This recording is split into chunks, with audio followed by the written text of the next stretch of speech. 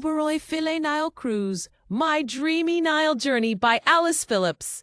Day 1, Arrival in Luxor, Embarkation and First Encounters.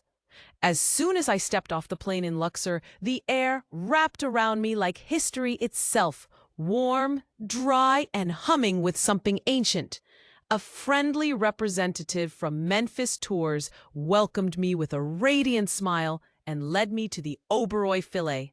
The moment I saw the sleek, luxurious vessel docked on the Nile, my heart skipped a beat. Gleaming decks, polished wood, and flowing linen curtains swaying in the breeze, it was love at first sight. By noon, I was comfortably aboard, sipping on a cool hibiscus juice as the Nile glistened beside me.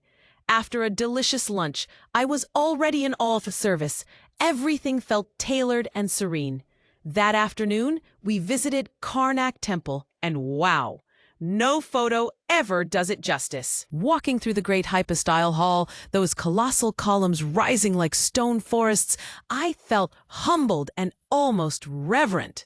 The Luxor Museum followed, where artifacts whispered stories from thousands of years ago. Seeing Tutankhamun's treasures up close? Goosebumps. Dinner back on board was elegant, with soft lighting and the gentle sway of the river beneath us.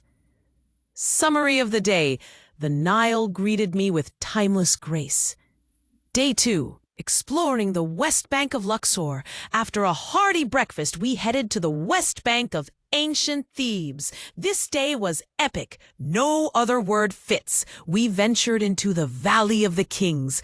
I actually stepped into King Tut's tomb. Can you imagine? The colors on the walls still vibrant, the air heavy with mystery. Then came Medinet Habu, its reliefs so well preserved they almost looked 3D, and Deir el Medina, the village where the artists of the tombs once lived. It was fascinating to see how even the craftsmen had elaborate beliefs and rituals. On our return, we stopped at the Colossi of Memnon. Towering and silent, these statues stood like guardians of the past, watching over the Nile for centuries. In the evening, we revisited Luxor Temple, this time glowing under golden sunset light. Magic. Summary of the day: I walked through Pharaoh's dreams. Day 3, sail to Kenna, Dendera and the moon goddess. Early morning sailing took us to Kenna. The Nile was calm, almost meditative, and I spent the morning on deck. Journal in hand, soaking it all in. At noon, we reached Dendera Temple, dedicated to Hathor, goddess of music, dance, and love. I felt an immediate connection. The zodiac ceiling in the temple? Surreal! It felt cosmic, like stepping into a different plane of existence. Back on board, we sailed gently toward Abydos. The day was slow, soulful, and poetic. Summary of the day: Hathor danced in my dreams tonight. Day 4. Abydos and the enigmatic kings. We visited the Temple of Abydos, one of the oldest and most sacred sites in Egypt.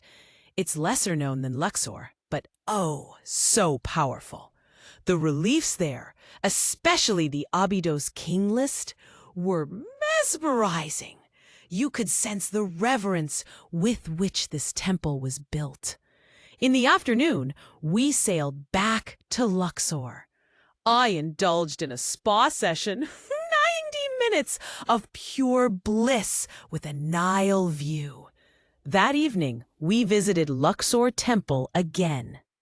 And even though it was my third time, it still gave me chills. Summary of the day: Abydos showed me the soul of ancient Egypt.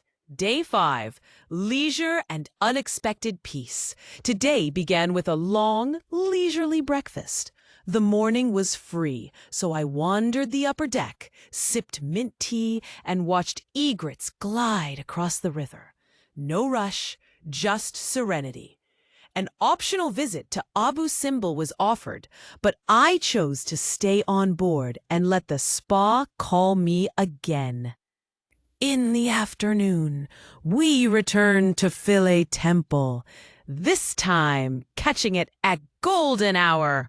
The island setting, the serenity, the blend of Greek and Egyptian design, it was dreamlike. Summary of the day. I found silence more ancient than words. Day 6. Philae and Nubian heritage. At 10 a.m., we returned once again to Philae Temple. And honestly, I didn't mind. Every time I saw it, I noticed something new. The crisp carvings, the soaring pylons, the interplay of water and stone. Later that afternoon, we visited the Nubian Museum by motorboat. This place surprised me.